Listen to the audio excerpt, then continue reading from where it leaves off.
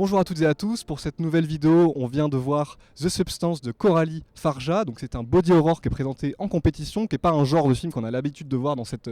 sélection-là à Cannes. Le film raconte, part d'un point de départ assez simple et après il va révéler plusieurs emboîtements, en tout cas ça va partir évidemment un petit peu en vrille. Le film commence avec Elisabeth qui est jouée par Demi Moore, qui est une actrice un petit peu vieillissante et qui se fait évincer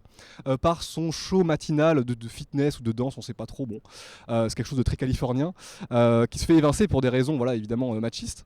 sexistes. Et elle se voit proposer une sorte de solution un petit peu venue d'un film de science-fiction, un petit peu, qui est de prendre une substance qui va en fait créer une sorte de version alternative d'elle-même, plus jeune, plus belle. Parce qu'évidemment il y a quelque chose qui va pas avec, c'est qu'elle doit alterner 7 jours et 7 jours, donc une semaine sur l'autre, avec son double, qui est là joué par Margaret Qualley. Donc c'est un petit peu le grand saut de Coralie Farja, puisqu'elle avait signé un film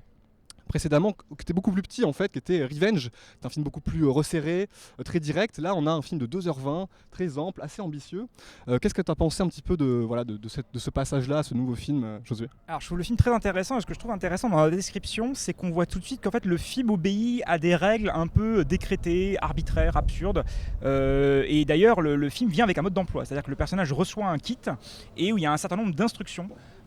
qui expliquent un petit peu le fonctionnement de cette substance et comment ça marche d'une certaine manière. Et moi j'ai beaucoup pensé devant le film au A Kind of Kindness de Lanthimos, dont on a fait une vidéo il y a 2 jours, qui fonctionnait un peu sur une logique similaire, c'est-à-dire un récit dont on découvre les règles au fur et à mesure, sauf qu'il y a une différence absolument majeure, c'est que chez Lanthimos il faut respecter les règles à tout prix et on les remet jamais en question, alors que The Substance, sa dynamique va être exactement inverse, c'est-à-dire que précisément le but ça va être de balancer le mode d'emploi, de ne surtout pas écouter les règles et de les enfreindre au fur et à mesure, et du coup le film entre guillemets va dérailler, ou plutôt sa structure va se recomposer au fur et à mesure, à partir de ces différents moments où le personnage triche avec elle-même, sachant qu'en plus cette histoire de dédoublement est un peu plus complexe, puisque d'une certaine manière ce serait un même corps qui doit se nourrir de ces deux clones, enfin voilà, c'est... Voilà, alors on voit très bien en plus, le film s'inscrit dans un horizon, ça se passe à Los Angeles, une actrice vieillissante, etc. La question de la désirabilité des corps, de leur vampirisation, de leur pourrissement, de tout ce commerce avec ça. On est vraiment sur un pur film de LA, même si Los Angeles n'est pas tant filmé que ça, qui serait dans la lignée, on va dire, de Mulholland Drive, de Map to the Star de Cronenberg. Et à la fois, c'est l'intérêt, à mon avis, la limite du film, c'est que il y a un moment quand même où le film essaie de raconter quelque chose de ce parti pris scénaristique qui serait, en fin de compte, le cinéma c'est un art vampirique. Et notamment il y a un effet qu'on va beaucoup voir, c'est celui vraiment d'un objectif, d'une caméra qui est une iris qui est en train de se contracter dans une logique de dévoration. Et cette logique vraiment, en fait c'est un motif, ce cercle ou ce tube, en fait on en voit partout, que ce soit la cabine de douche dans laquelle on retrouve le personnage et son double, que ce soit les tubes évidemment qui permettent de transiter les fluides. Même les caméras sont un peu montrées de cette manière-là, ça, comme un tube. Les caméras c'est ça, c'est un tube qui avale, et je pense que là il y a un malentendu qu'il faut tout de suite quelque part adresser, c'est peut-être un point d'anglicisme, c'est-à-dire est-ce que le film pose un regard critique sur cette dévoration des corps? Est-ce que du coup ça serait un film potentiellement féminisme sur ces corps féminins qu'on prend, qu'on jette, qu'on avale, etc. Alors, et là je trouve que le film est légèrement, je ne dirais pas hypocrite, mais qui peut-être il donne un petit peu dans son dénouement, son trop d'effleurer peut-être un peu le bâton pour faire battre, dans le sens où l'intérêt de Farja, qui était déjà dans Revenge, mais qui là est puissance 10, c'est qu'elle n'est pas du tout dans, même si ces films parlent de Rap and Revenge ou abordent la question vraiment du vieillissement des corps féminins et de ce qu'on en fait, elle est du côté de la dévoration des corps. C'est un cinéma qui est du côté de la voracité absolue et qui lui-même va épouser le vampirisme que, en sous-main peut-être, il serait en train de dénoncer. C'est-à-dire qu'il a filmé par exemple le corps de Margot Qualley sous toutes les coutures comme vraiment une espèce d'agencement de courbes voluptueuses, une espèce de perfectionnement de corps, et le film est totalement de ce côté-là. Il est du côté de la dévoration, avec un appétit, une faim qui à mon avis fait son intérêt et qui, voilà, on va un peu déplier aussi ce que le film réussit, ce qu'il essaie d'entreprendre, mais qui donne à mon avis les meilleures scènes. Oui, je suis d'accord. C'était un petit peu ce qui m'avait frappé à la découverte de Revenge, parce on était un peu passé à côté quand il était sorti, en tout cas à l'époque, en 2018, il me semble. Et c'est vrai que je l'ai redécouvert récemment. 2017, je crois, ouais, 2017. Enfin voilà. Et c'était vraiment l'appétit de cinéma, de style, d'effet qui m'avait frappé. Là, on est dans une espèce d'exacerbation de cet horizon-là. Ça commence en fait, pour le coup, c'est un film qui, on va dire, enfle un petit peu comme un corps justement qui qui à la fois se désagrège, se remplit. Enfin, il y a un côté comme ça de vomissement, de ravalement, un petit peu en permanence. C'est un film très alimentaire quelque part. Ça parle d'ailleurs de cuisine à un moment, où on va avoir voilà une espèce d'appétit assez gargantuesque, assez dévorant de toutes les choses, de tous les petits effets qu'on peut avoir dans ce style de cinéma. Je reviens sur un point aussi qui était intéressant, c'est comme ça qu'un peu je suis entré dans le film, parce que le début du film fait vraiment penser à David Lynch notamment, et la manière dont il filme un petit peu les corps féminins surtout, se faire un petit peu dévorer par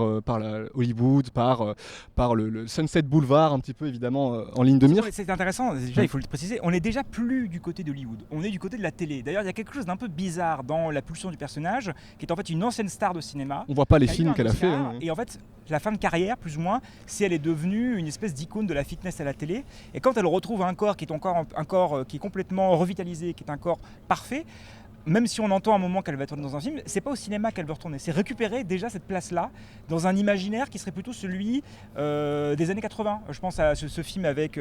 Jamie Lee Curtis et Travolta où on les voit en train de danser. Je me souviens plus le titre, mais qu'importe. C'est pas très important. C'est-à-dire que on en parlait d'ailleurs un tout petit peu avant de préparer cette émission. Si Lynch, dans les années 90, est dans une forme de réingurgitation de l'esthétique des années 50, Farja, elle, en 2024, elle est dans la réingurgitation des années 80. C'est-à-dire qu'il y a les 40 années de quelque part, voilà, se sont logiquement déplacées et donc elle est dans la même distance référentielle de Lynch, sauf qu'elle est sur quelque chose qui est beaucoup plus récent et qui en fin de compte ne serait plus tout à fait le cinéma. Même si à un endroit, on peut en parler aussi, le film va essayer quelque part de se nourrir de plein de références et de les recracher dans une espèce de magma, notamment dans sa grande séquence finale. Ouais, et puis il y a ce côté-là, moi, ce que j'aime beaucoup dans le film, parce que c'est quand même aussi un horizon de cinéma, moi, duquel je viens, c'est le Eraserhead, les séances de minuit ou les films Brain Dead de Peter Jackson. C'est vraiment cette idée de prendre par exemple David Lynch pour sa part la plus pourrie entre guillemets, mais dans le sens du pourrissement, sa part un peu vulgaire, c'est-à-dire voilà, filmer des corps nus de très près avec du métal en arrière-plan. Enfin, voilà, il y a une espèce de style un petit peu abrasif, c'est-à-dire qu'elle va pas. Moi, ce que je trouve assez intéressant aussi, c'est que c'est une espèce d'antidote à ce qu'on a appelé l'elevated horror, tu sais, sur pas beaucoup de films d'horreur qui tentent en tout cas de s'extraire de ce corpus-là, ou en tout cas de se servir du film de genre pour parler d'autres choses. Ça marche aussi avec le cinéma français d'horreur, en fait, le film de genre français, qu'on greffe très souvent avec le portrait social, en tout cas un portrait sociétal. Et là, je trouve que le film évite très bien de le faire. Et d'ailleurs, ce que tu as dit au début sur Los Angeles qui n'était pas filmé, c'est une manière aussi de faire le vide autour de cette espèce d'appartement qui est le lieu d'un affrontement un peu anatomique. Je trouve qu'il y a un petit nœud quand même à cet endroit, c'est-à-dire que je me suis vraiment posé la question à la moitié du film, c'est-à-dire qu'il y a une dynamique qui se met en place qui est en fait assez grossièrement celle du portrait de Dorian Gray. Donc une espèce de logique de dévoration qui se met en place. Et cette dynamique, à mon avis, c'est un peu une impasse. Et donc à un moment, elle fait un truc très bien, c'est qu'elle va lâcher justement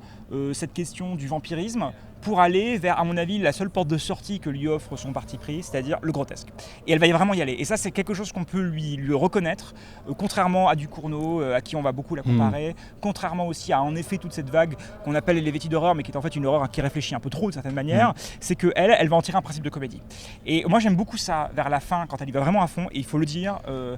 elle a un appétit vraiment d'humour. Elle s'arrête pas en chemin, quoi. Vraiment, voilà. Elle s'arrête pas en chemin, mais tout de même, à la toute fin, elle va revenir, et d'ailleurs de manière assez lourde, par des répliques qui se répètent, par des répétitions dans le montage, par une forme de bégaiement. Elle va quand même essayer de réinsuffler, de injecter, si je peux me permettre la métaphore, puisque le film quelque part la fournit de manière très simple, de réinjecter un peu du sujet, de réinjecter du vampirisme, et d'une certaine manière je pense que le film aurait pu s'arrêter à un moment où ce qu'on voit à la fin est aveuglé par les projecteurs, et elle va un peu plus loin que ça. Elle mélange à la fois Elephant Man, Carrie au Bel du Diable, même 2001 dans une référence même Vertigo. Vertigo, c'est très drôle. En revanche, la référence à Vertigo, pour moi, la plus drôle du film, parce qu'elle en tient vraiment un principe de avec comédie. Le maquillage et le cosmétique. Vraiment, mais par le surgissement de la musique de Van Herman, là, il y a un truc vraiment très très drôle qui se joue dans le film. Et le film, globalement, je trouve assez drôle. Mais tout de même, il y a un peu le même problème que dans Revenge, c'est-à-dire que d'une certaine manière, elle est du côté de la dévoration, elle est du côté du vampirisme, elle y va à fond, mais toujours à la fin, il y a quand même un espèce de petit vernis de sujet, et elle lâche pas, elle assume pas complètement encore cet appétit qu'elle peut avoir. Et je pense que voilà, il faut encore. Mais en tout cas, c'est une cinéaste prometteuse, et je pense que c'est une cinéaste beaucoup plus prometteuse que Julia Ducournau, qui a eu sa Palme d'Or pour son deuxième film également, et à qui on la compare beaucoup, et qu'elle a en tout cas, il y a une méthode et il y a une envie qui est beaucoup plus intéressante, et à mon avis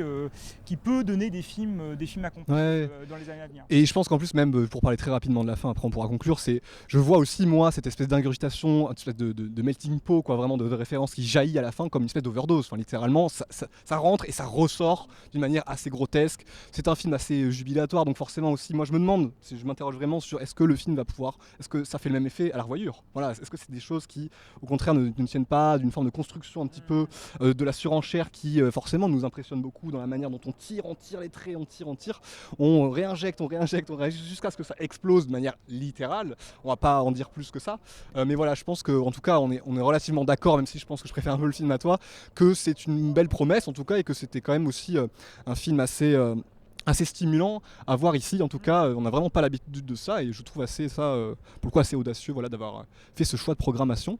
On peut s'arrêter là en tout cas, on va passer à la carte blanche, et nous on se dit demain pour une nouvelle vidéo.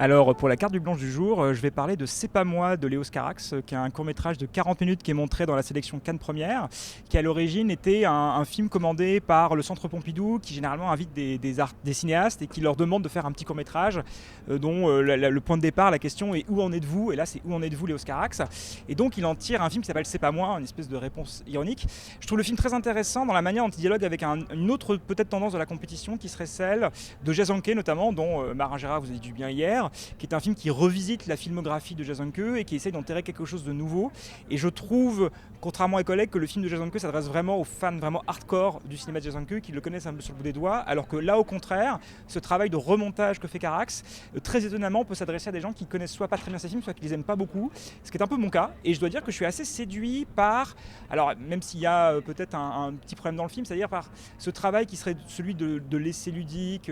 un peu joueur, un peu rigolard, qui peut faire penser d'une certaine manière à Godard, et je pense que l'inspiration des histoires du cinéma est assez énorme,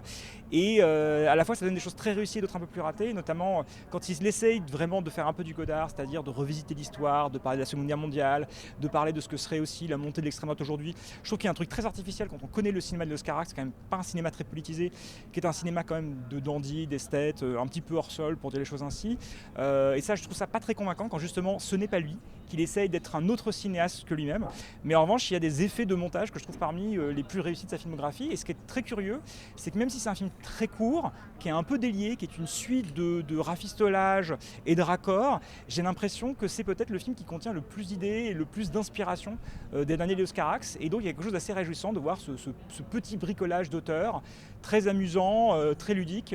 présenté dans le cadre du Festival de Cannes.